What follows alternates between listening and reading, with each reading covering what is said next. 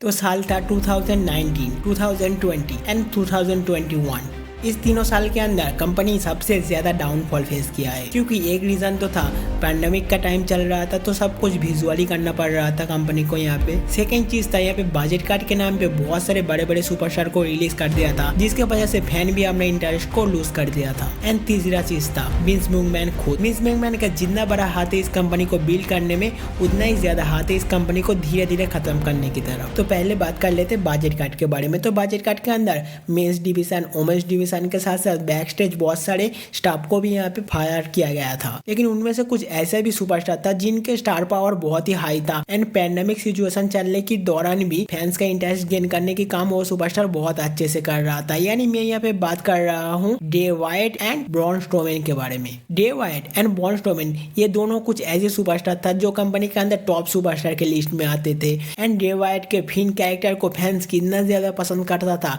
I don't think कि अलग से बताने की कोई जरूरत है। तो इस पॉइंट में आके उनको यहाँ पे रिलीज करना कोई सेंस नहीं बनाता था, तो कंपनी को यहाँ पे बहुत ही ज्यादा डाउनफॉल फेस करना पड़ा। लेकिन यहाँ पे एक क्वेश्चन आ जाता है कि इतना ज्यादा बजट कट का जरूरत क्या पड़ा। इतना ज्यादा बजट कट का जरूरत क्या पड़ा वो हमें धीरे धीरे तब पता चला जब विंस मैकमैन के बारे में, हर एक काले कारनामे के बारे में धीरे धीरे खबर बाहर आने लगा। एंड अगेन कंपनी को एक बहुत बड़ा लॉस फेस करना पड़ा, क्योंकि ऑब्वियस बात है अगर कंपनी का सीईओ के बारे में उल्टा सीधा बात बाहर आएगा तो कंपनी को तो लॉस फेस करना ही पड़ेगा। और फिर ये सिचुएशन के बाद कंपनी का सीईओ के पद से यहाँ पे विंस मैकमैन को हटाया गया एंड न्यू सीईओ बनाया गया ट्रिपल एच को। एंड ट्रिपल एच यहाँ पे सीईओ बनने की बात, और ट्रिपल एच यहाँ पे बहुत सारा अच्छा काम किया। जैसे कि पहले तो यहाँ पे जितने भी सुपरस्टार को रिलीज किया था कंपनी ने, उस सारे सुपरस्टार को वापस लाया। एंड उनमें से कुछ ऐसे भी सुपरस्टार था जो कि पहले डब्ल्यूडब्ल्यू कंपनी के अंदर था भी नहीं, उनको भी यहाँ पे लाया, जिससे कि यहाँ पे स्टार पावर बहुत ही ज्यादा हाई हो गया कंपनी के अंदर।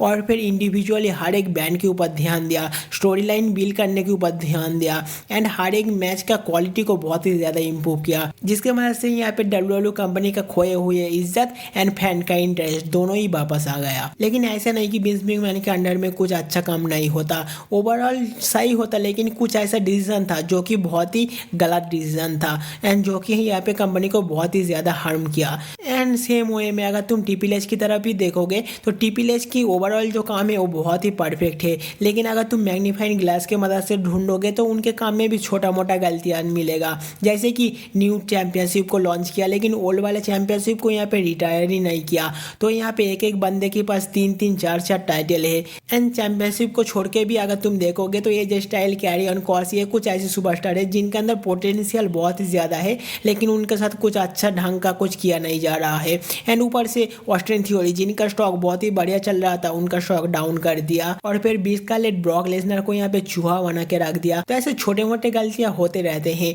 ऐसा नहीं कि हर एक काम बहुत ही ज्यादा परफेक्ट करता है यहाँ पे ट्रिपल एच। तो यहाँ पे जो छोटे मोटे गलतियां हैं उसको तुम इजीली इग्नोर मार सकते हो, क्योंकि ओवरऑल जो ट्रिपल एच का काम है वो बहुत ही परफेक्ट है, जिसके वजह से यहाँ पे कंपनी का जो स्टॉक है वो भी हाई हुआ है एंड कंपनी का जो पोजीशन है वो भी पहले से बहुत ज्यादा हाई हुआ है। एंड आप सब लोग कमेंट करके जरूर बताना कि आज अगर ट्रिपल एच के प्लेस में विंस मैकमैन होते तो क्या कंपनी का हाल ऐसा होता या फिर कुछ ज्यादा ही खराब होता या फिर और भी ज्यादा बेहतर होता। कमेंट करके बताना जरूर। And also subscribe this channel for getting more WW related video. तो मिलते हैं एक नए वीडियो के साथ, तब तक अलविदा।